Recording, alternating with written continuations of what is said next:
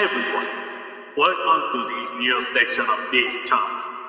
In this one, I'm going to read you some chapters of famous books of any kind, such as fantasy, science, fiction, mystery, etc., with the purpose to help you with the pronunciation of some words in a British accent, and with that, to have more comprehension in the use of some words and expand your vocabulary.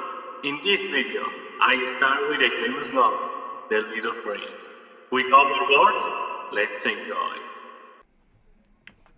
Once, when I was 6 years old, I saw a magnificent drawing in a book called True Stories from Nature, about the primeval forest. It was a drawing of a boa constrictor in the act of swallowing an animal. Here is a copy. In the book, it said boa constrictors swallow their prey whole without chewing it. After that, they are not able to move, and they sleep during the 6 months that they need for digestion. I reflected deeply then over the adventures of the jungle, and after a while I succeeded in making my first drawing with colored pencil. My number one drawing looked like this. I showed my masterpiece to grown-ups and asked them if the drawing frightened them. They answered, "Frightened? Why should anyone be frightened by a hat?" My drawing was not of a hat. It was a boa constrictor digesting an elephant. I made then another drawing. I drew the inside of a boa constrictor so that the grown-up could see it clearly. They always need to have things explained. My number 2 drawings looked like this. The grown-up advised me this time to lay aside my drawings of boa constrictors, whether from the inside or the outside, and devote myself rather to geography, history, arithmetic, and grammar. That is why, at the age of 6, I gave up a magnificent career as a painter. I had been disheartened by the failure of my number 1 and 2 drawings. Grown-ups never understand anything by themselves, and it is tiresome for children to be continually explaining things to them. So, then I chose another profession and learned to pilot airplanes, to have flown a little over all parts of the world. And it is true that geography has been very useful to me. At a glance I can distinguish China from Arizona. Such knowledge is valuable if one gets lost in the night.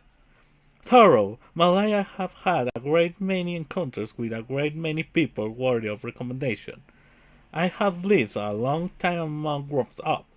I have seen them close at hand, and that hasn't much improved my opinion of them.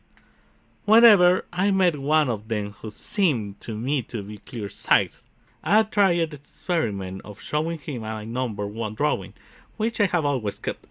I would try to find out whether this was a person of true understanding or not, but he or she, whoever it was, would always answer, "That is a hat." Then I would never talk to that person about boa constrictors, or primeval forests, or stars. I would bring myself down to his level. I would talk to him about bridge, golf, politics, and neckties, and the grown-up would be greatly pleased to be acquainted with such a sensible man. So I live alone, without anyone that I could really talk to, until I had an accident with my plane in the Sahara Desert 6 years ago. Something went wrong with my engine, and as there were neither mechanic nor passengers with me, I set myself to attempt that difficult repairs all alone. It was a question of life or death for me. I had scarcely enough drinking water to last 8 days. The first night, then, I went to sleep on the sand 1,000 miles from any inhabited region. I was more isolated than a shipwrecked sailor on a raft in the middle of an ocean. Thus you can imagine my amazement when, at sunrise, I was awakened by an old little voice. It said, "If you please, draw me a ship." What? Draw me a ship. I jumped to my feet as if thunderstruck. I rubbed my eyes hard. I looked carefully. I saw a most extraordinary small person who stood there, examining me with earnestness. He is the best portrait that later I was able to make of him. but my drawing is certainly much less charming than its model. That is not my fault. The workshop discouraged me in my painter's career when I was 6 years old, and I never learned to draw anything except boas from the outside and boas from the inside. I now stared at the sudden apparition with eyes staring out my head in astonishment. Remember, I had crashed in the desert a thousand miles from any inhabited region, and yet my little man seemed neither to be straight, nor to be fading from fatigue, or hunger, or thirst, or fear. His looks did not give any suggestion of a child lost in the middle of the desert, a thousand miles from any inhabited region. When at last I was able to speak, I said to him, "But what are you doing here?" In reply, he repeated, very slowly, as he were speaking of a matter of great importance, "If you please, draw me a sheep." When a mystery is too overwhelming, one dare not disobey. As absurd as it might have seemed to me, a thousand miles from any human habitation and in danger of death, I took a sheet of paper out of my pocket and a fountain pen.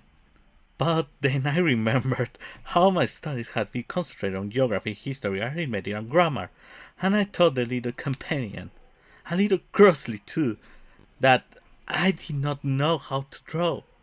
He answered me, "That doesn't matter. Draw me a sheep." Since I had never drawn a sheep before, I drew once again, from him, one of the two drawings I was able to draw. It was that of a boa constrictor from the outside. I was astounded to hear the little fellow who say of it, "No, no, I do not want an elephant instead of a boa constrictor. A boa constrictor is very dangerous and an elephant is very cumbersome. Where I live everything is very small. What I need is a sheep. Draw me a sheep." So then I made another drawing. I looked at it very carefully. Then he said, "No, this sheep looks already very sick. Draw me another." So I drew another sheep. My friend smiled gently, indulgently. "You can see yourself. That is not a sheep. This is a ram. It has horns." So then I made my drawing once more, but that too was rejected. This one is too old. I want a sheep that will live a long time." By then my passion was exhausted, because I was in a hurry to start taking my engine apart. So I scribbled a drawing and added, "This is only his spots. The sheep you asked for is inside." I was very surprised to see a light break over his face. "That is exactly the way I want. Do you think that this sheep will have to have a great deal of grass?" "Why?" "Because where I live everything is very small." "There will surely be enough grass for him. It is a very small sheep that I have given you." He bent his head over the drawing. "Not so small as that. Look, he has gone to sleep." And that is how I made the acquaintance of the little prince. Thank you to be a part of this inspiring